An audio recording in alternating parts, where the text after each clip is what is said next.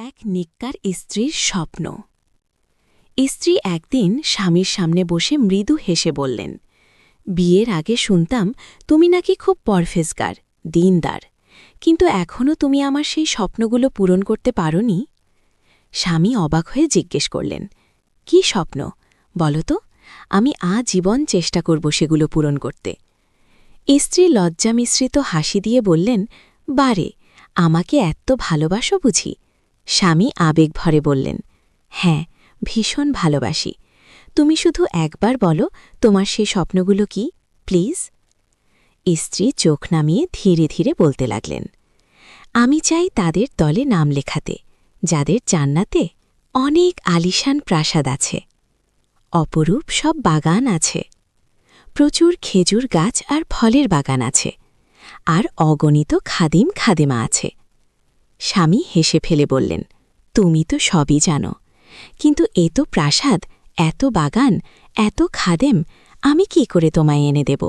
স্ত্রী মুচকি হেসে বললেন, আমি যদি রাস্তা দেখিয়ে দিই তাহলে এনে দিবে? স্বামী, বলো কি করতে হবে? স্ত্রী, তুমি শুধু বলো রাজি কিনা। স্বামী, আলবাত রাজি। তখন স্ত্রী অপরূপ সুন্দর কণ্ঠে বলতে লাগলেন, ১. প্রতিদিন মাত্র ১০ বার সূরা ইখলাস পড়বে।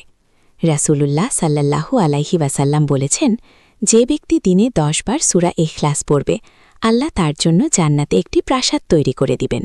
২. যত বেশি সম্ভব লা হাওলা ওয়ালা কুওয়াতা ইল্লা বিল্লাহ পড়বে।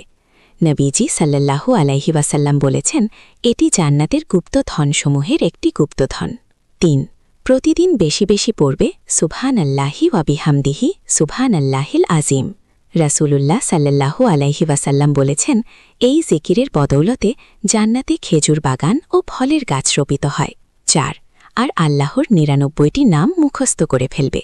যে ব্যক্তি আল্লাহর নামগুলো মুখস্থ করবে, বুঝবে ও তার উপর আমল করবে, সে জান্নাতে প্রবেশ করবে। আর জান্নাতীদের তো অসংখ্য খাদেম খাদেমা থাকবে। একথা শুনে স্বামী চোখে পানি নিয়ে আবেগ আপ্লুত হয়ে বললেন, আজ বুঝলাম রাসূলুল্লাহ সাল্লাল্লাহু আলাইহি ওয়াসাল্লাম কেন বলেছেন, দুনিয়ার সবচেয়ে বড় নেয়ামত ও সম্পদ হল সালেহা, নিক্কার স্ত্রী। তুমি আমাকে দুনিয়া নয়, জান্নাতের পথ দেখিয়ে দিলে। আল্লাহ তোমাকে জান্নাতুল ফেরদাউস দান করুন। স্ত্রী লজ্জায় মাথা নিচু করে শুধু বললেন, আমিন। আর তুমিও আমার সাথে থাকবে তো সেখানে? সেখানে? স্বামী হেসে বললেন, ইনশাআল্লাহ, চিরকাল একসাথে থাকব।